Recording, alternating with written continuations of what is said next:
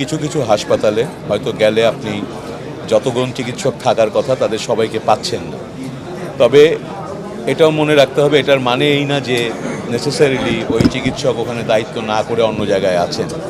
আমাদের এখানে অনেক ডাক্তারই ডেপুটেশনে এবং লিয়েনে লেখাপড়ার জন্য, উচ্চশিক্ষার জন্য বিভিন্ন জায়গায় পোস্টেড থাকেন।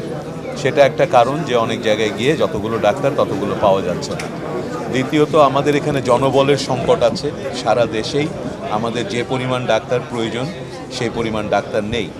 আমাদের এখনও শূন্য পদ আছে, আমরা সেগুলোর উপরে কাজ করছি। সুতরাং ঢালাওভাবে বলা যাবে না। ডাক্তাররাও পরিশ্রম করছেন, তারাও বিভিন্ন জায়গায় সেবা দিচ্ছেন বলেই এখনও প্রতিদিন কিন্তু সরকারি ব্যবস্থা থেকে লক্ষ লক্ষ মানুষ চিকিৎসা নিচ্ছেন।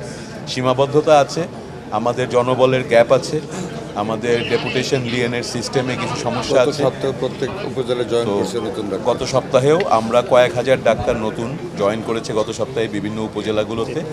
সুতরাং এই বিষয়গুলোতে আমরা নজর দিয়েছি, অতি দ্রুতই আপনারা এখানে পরিবর্তন এবং সেটার ফলাফল দেখতে পাবেন বলে আশা করি।